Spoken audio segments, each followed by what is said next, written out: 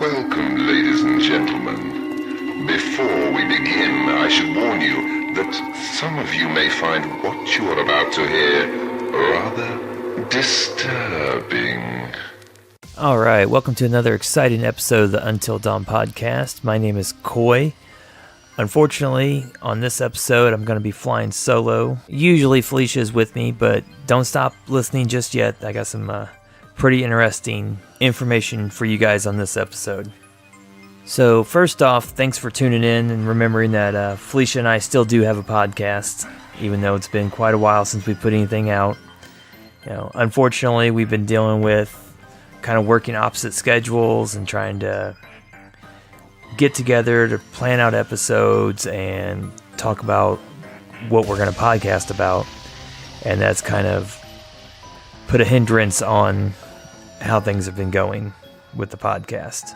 So going forward, there may be some more of these kind of one-off episodes just talking about different paranormal things where it's just one of us, either her or myself. But don't worry, we will be doing episodes where it's both of us talking about paranormal locations and more of the style of episodes that we've been doing in the past. Alright, so since we got all the housekeeping out of the way, now we can dive into this episode. And to start that off, I want to go right into talking about spooky scoops, because I've got a great story for you guys. You've heard of this big cat that's supposed to be around? Of course. Some say it's a puma, others a giant ape, and still others say it's the sukara. A sukara? It's a new kind of animal to me. That's a famous jungle demon that tears living animals to shreds with its claws and then feeds upon them. Has been known to attack humans also. Hasn't so far, I hope. No, but I'm sure it will. Alright, as I said, I've got a great story for you guys with this episode, Spooky Scoops. A woman in Louisiana ended up setting her own house on fire after attempting to exorcise a possessed couch. Yes, I promise you did hear me correctly. It was a possessed couch. Now, fortunately, nobody was injured. Of course, it is unknown if the exorcism worked. But after being treated for smoke inhalation, the woman was promptly arrested by the fire marshal. Now, of course, with all that being said, I thought this was just a kind of one and done funny story, but possibly the joke may be on me, since after looking into this, I found out that this was far from the first supposed possessed couch. And a more famous one is actually located down in Texas. So yeah, to my disbelief, after doing this research, I was actually able to find a story from about a year ago where a furniture store in Waco, Texas reportedly had a haunted couch out on display in their furniture store. Now, the picture I saw of it did have two signs on it, literally cautioning people that it was haunted. Now, upon first look, I'll say one of the most haunting things about it is how ugly it is. I mean, this thing, in my opinion, is absolutely hideous. So another thing I found is an actual local news station down there actually did a little segment on this couch, and I'm going to play that for you right now.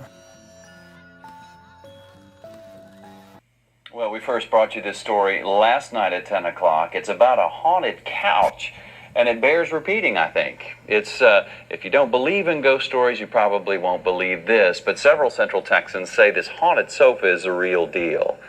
It can now be yours at a local consignment shop, but as Christopher Heath shows us, the couch might be a little more than you bargained for. It's a couch, a basic couch. There are places in this world where the line between good and evil blurs, places where the light of day never seems to reach. In Waco, the harbinger of this evil comes with 6 legs, 2 arms, and 3 cushions. A gentleman bought this couch, took it home to his house. That night, 2 kitchen cabinets opened in his kitchen. And he thought it was a fluke deal. He closed them and went to bed. Got up the next morning, all the kitchen counters were opened. He closed them again. The next night, the same thing. All his kitchen counters in his house were opened. The story of this haunted couch is shrouded in mystery. Where it's from, who made it, and what took it from a simple living room accessory into a gateway to the dark side is unknown. Said he had a sulfur smell in the house, like somebody'd been lighting matches and blowing them out. He did it for 5 nights and took it out and put it in the garage. And at that point, he claims everything stopped. But the story of this couch and the horror that it wrought on one family is, at least according to legend, all too real. So he returned it to our store, came in and said, sell it for whatever you can sell it. He said, the sofa's haunted. I don't want any part of it. Get it away from me. He came in and left in a big hurry. I've advertised it now as a haunted sofa ? At $249, the couch is still for sale. It comes with no warranty, just a warning. Well, since we started investigating the tales of this so-called haunted couch, some very unexplained things have been happening right here in the News 10 newsroom. Computers have crashed, cell phone service has been disrupted, and audio has been erased from tapes, just to name a few. Now, here are some first-hand accounts of the unexplained events. Among the video clips I loaded was the story about the haunted couch. Didn't think much about it. And about half hour later sat down to write in the same word template I use every single day. And it was doing a lot of very strange things. What I finally discovered was that it had set up all the functions to indicate where you deleted words and where you had inserted words. It's a function called track changes. I've never used that, never will, don't intend to, but this morning it was working for some reason. I looked at the stories on Saturday, and there was audio on it. After I recorded the couch story onto that tape, audio gone. Put the video in here to ingest it into the computer system off of the discs that we shoot on, and the system crashed. It crashed to the extent that this entire editing suite was inoperable all of Saturday and all of Sunday. The last thing that happened at this editing station before it went haywire was that we ingested that video with the haunted couch on it. All right, so there you go. Apparently, the evil, as said, from the haunted couch is now transferred to the tape that they shot the video on, is now destroying equipment at the news station. All right, so hopefully you guys enjoyed that as much as I did. I thought it was pretty funny. And please be careful when exorcising evil spirits from your furniture. You never know when something may get out of hand. All right, so with that being said, let's go ahead and dive into this episode's main topic, which is the link between paranormal activity and bad weather.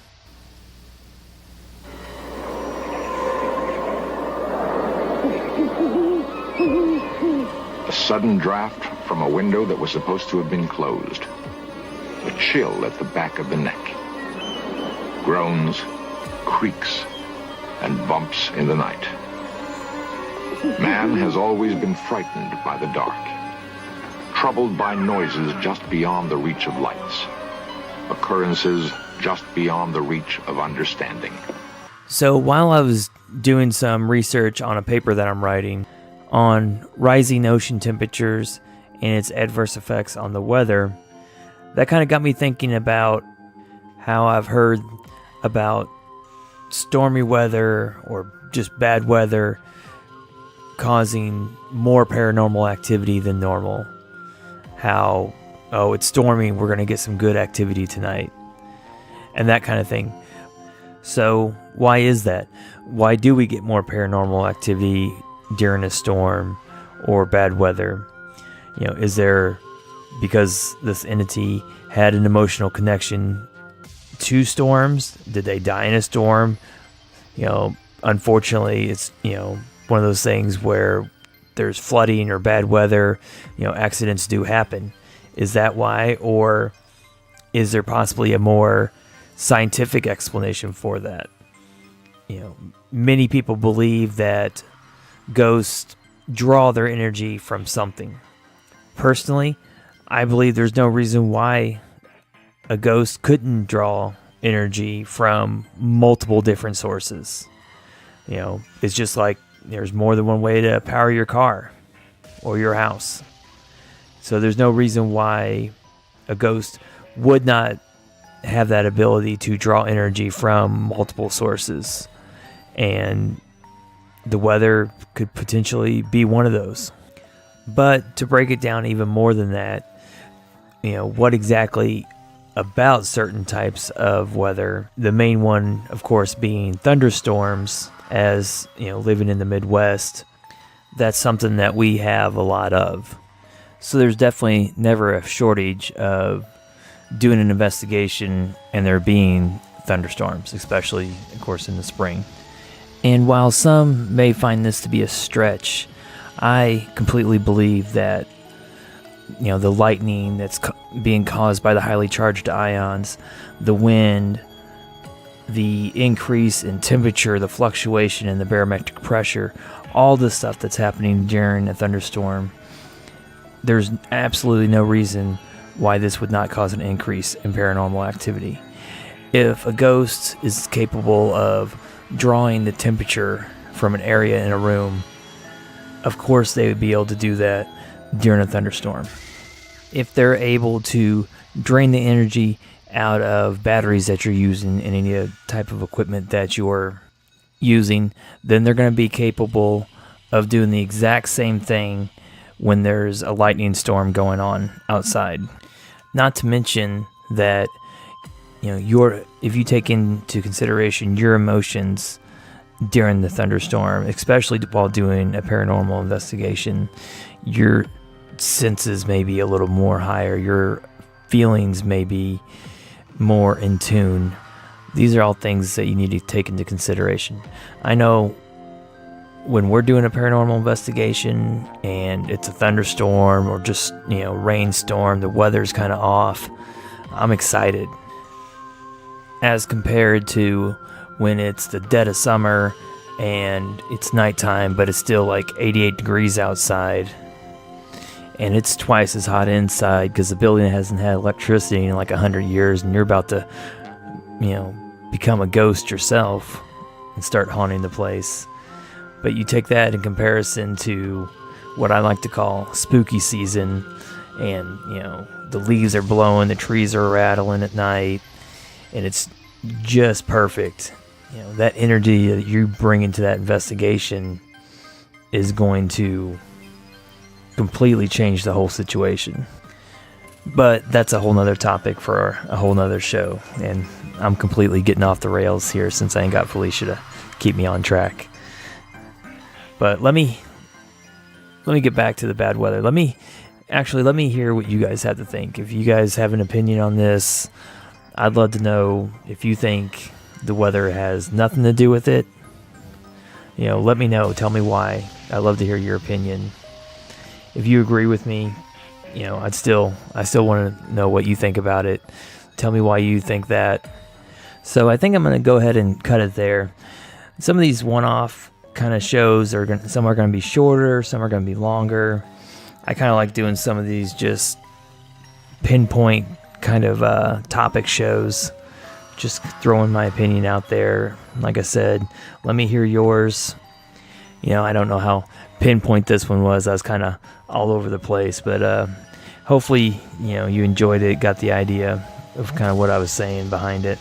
And I think I kind of have an idea on what I want to do kind of my next episode, if I do another solo episode here in the near future, on like the type of energy that you're bringing into the investigation. So if you got anything on that, hit me up, let me know. I'd love to hear your points on it.